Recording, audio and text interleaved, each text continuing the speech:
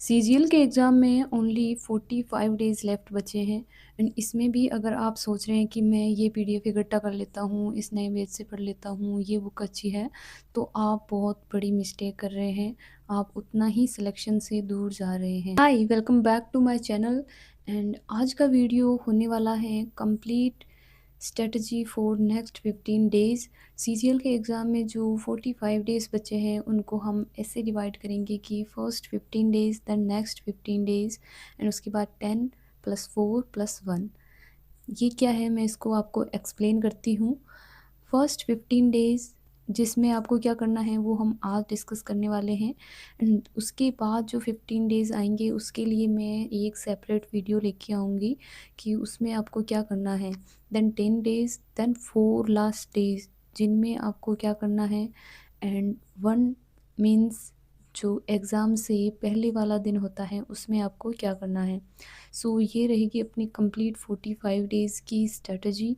सो आज डिस्कस करते हैं हम कि नेक्स्ट 15 डेज़ में क्या करना है बिकॉज़ ये 15 डेज़ ही आपका रिज़ल्ट डिसाइड करने वाले हैं। आपने इन दिनों को अगर वेस्ट कर दिया तो आपने लास्ट 6 मंथ में क्या पढ़ा है उसका कोई मतलब नहीं रह जाए। फर्स्ट इम्पोर्टेंट पॉइंट जो होने वाला है वो ये है कि आपको अब बिल्कुल नई चीज़ें नहीं पढ़नी हैं। अब आपके पास इतना टाइम नहीं है कि आप नई चीज़ें पढ़ें एंड उनको अपने माइंड में बिल्कुल फिक्स कर पाएँ। अब ये टाइम है जितना भी आपने पहले पढ़ा है उसको अच्छे से रिवाइज़ करने का।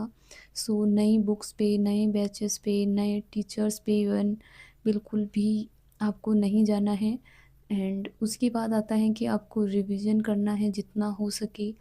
आपने अभी तक जितना भी पढ़ा है उन चीज़ों को रिवीजन करना है बार-बार इन 15 डेज़ में। आपका टारगेट होना चाहिए कि आप कंप्लीट अपना रिवीजन कर लें इन ऑल सब्जेक्ट्स। जितने भी आपने शॉर्ट नोट्स बना रखे हैं, मैथ्स में फॉर्मूलाज़ हो गए, रीजनिंग में कॉन्सेप्ट हो गए या स्टैटिक जीके के शॉर्ट नोट्स हो गए, उनको आपको बार-बार रिवाइज़ करना है एंड जो भी न्यू चीज़ें आपको मॉक टेस्ट में दिखे उनको ऐड ऑन करते रहना है। एंड इस लास्ट टाइम में आपको पीडीएफ्स के पीछे नहीं भागना है। 100 प्लेटफॉर्म्स अभी पीडीएफ्स सेंड करेंगे कि 100 most important topics, 100 most important question, 200 most important questions, but आप पीडीएफ इकट्ठे करते ही रह जाएंगे एंड ये मैं अपने पर्सनल एक्सपीरियंस से बोल रही हूँ आपको। अभी की इकट्ठी की हुई पीडीएफ से आपको कोई फ़ायदा नहीं होने वाला है मेन एग्ज़ाम में। सो पीडीएफ्स के पीछे नहीं भागना है, अपने सेल्फ नोट्स, अपनी सेल्फ स्टडी मटेरियल से ही आपको इस लास्ट टाइम में स्टडी करनी है एंड वही आपको रिकॉल होगा जब आप एग्ज़ाम हॉल में बैठे रहेंगे। अभी न्यू चीज़ें पढ़ने का एक नुकसान ये भी है कि आपको ना तो वो चीज़ें याद होगी एंड ना ही आप पीछे पड़ी हुई चीज़ों को रिवाइज़ कर पाएँगे। सो लास्ट टाइम में आप बहुत ज़्यादा पैनिक हो जाएँगे कि मुझे तो कुछ भी नहीं आ रहा एंड मॉक टेस्ट में स्कोर भी धीरे-धीरे डाउन होने लग जाता है जैसे-जैसे एग्ज़ाम पास आता है। सो आपके पास ओनली डीमोटिवेशन होगा एंड पूरा गेम माइंडसेट का है। अब लास्ट टाइम में आपका माइंडसेट कितना स्ट्रॉन्ग है वही आपका रिज़ल्ट डिसाइड करेगा। सो अपनी चीज़ों को रिवाइज़ करना है, फालतू में इधर-उधर से मटेरियल इकट्ठा करने की ज़रूरत नहीं है। दुनिया में जितना कंटेंट है वो आप सब नहीं पढ़ सकते। आपने जितना पढ़ा है उसको अच्छे से कर लेंगे तो भी आप आराम से प्री क्लियर कर जाएँगे। अब आते हैं मॉक टेस्ट पे। सो लास्ट टाइम में आपको जितने ज़्यादा हो सके मॉक टेस्ट देने हैं। इन 15 डेज़ में मैं आपको सजेस्ट करूँगी कि आप एक full length mock test and एक सेट सेक्शनल टेस्ट का दें।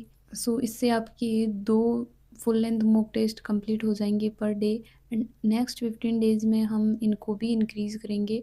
सो अभी आपका मेन टारगेट है जितना अच्छे से रिविज़न कर सकते हैं आप उसको करें एंड मॉक टेस्ट में जो टॉपिक्स वीक आ रहे हैं आपके उनको अलग से नोट करें, उनको भी बार-बार रिवाइज़ करें। इन 15 डेज़ में आपका मेन फ़ोकस रिवीजन पे होना चाहिए।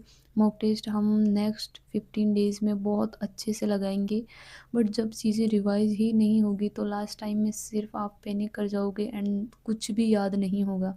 मॉक टेस्ट से भी ज़्यादा इम्पोर्टेंट जो चीज़ है वो है उसका एनालिसिस। मॉक टेस्ट का एनालिसिस बहुत अच्छे से करना है। मुझे बहुत सारी क्वेरीज़ आ रही है कि हमने इतने मॉक टेस्ट अटेम्प्ट कर लिए, 100 सेक्शनल लगा लिए, फिर भी स्कोर इम्प्रूव नहीं हो रहा, तो कहीं न कहीं आप एनालिसिस में लैग कर रहे हैं, या कर रहे हैं तो आप उसको अच्छे से रिवाइज़ नहीं कर रहे हैं। सो मॉक टेस्ट का अच्छे से एनालाइज़ करके उसके जो भी वीक टॉपिक्स हैं उनको अच्छे से रिवाइज़ करना है। ये टाइम वापस नहीं आएगा, फिर नेक्स्ट ईयर अपने आप को इसी सेम सिचुएशन में पाओगे। सो अभी आपके पास टाइम है तो उसको अच्छे से यूटिलाइज़ करो एंड अपनी सिटिंग बढ़ाओ। जितने घंटे आप पढ़ रहे थे उससे 2 घंटे 3 घंटे अब एक्स्ट्रा पढ़ने का ट्राई करो, एंड वो एक्स्ट्रा टाइम आप मॉक टेस्ट का एनालिसिस एंड उसके वीक एरिया को कवर करने में रखो, सो दैट आपके स्कोर में एक ड्रास्टिक चेंज आपको दिखने को मिले। जैसे कि मैंने पहले भी कहा है, आपका एग्ज़ाम कैसे जाएगा ये आपके माइंडसेट पे डिपेंड करेगा कि कितने स्ट्रांगली आप चीज़ों को एक्सेप्ट करते हो। मॉक में स्कोर कम आ रहा है तो उससे डीमोटिवेट नहीं होना है, इवन आप खुश होना कि मुझे पता चल रहा है कि मेरा कहाँ पे कौन-सा टॉपिक वीक है एंड किसको मुझे कवर करना है। एंड एक बार के लिए मैं समराइज़ कर देती हूँ कि आपको नेक्स्ट 15 डेज़ में क्या करना है। आपको कोई भी न्यू टॉपिक या न्यू चैप्टर नहीं उठाना है, जो पुरानी चीज़ें हैं उनको अच्छे से रिवाइज़ करनी है, एंड शॉर्ट नोट्स बनाने हैं अगर नहीं है तो, एंड उनको अच्छे से रिवाइज़ करना है। देन मॉक टेस्ट लगाने हैं खूब सारे एंड उनको अच्छे से एनालाइज़ करना है। मॉक टेस्ट के जो वीक एरियाज़ हैं उन पे काम करना है, बस इतना ही। एंड इसको आप कंसिस्टेंटली फ़ॉलो करना, ये नहीं कि 1 दिन कर लिया 2 दिन छूट गए।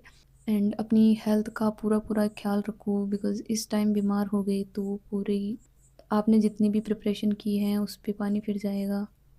जैसा कि मेरे साथ हो रहा है, मैं लास्ट 10 डेज़ से इतनी ज़्यादा बीमार थी, आज थोड़ा सी पढ़ाई हुई है थोड़ी ठीक-ठाक।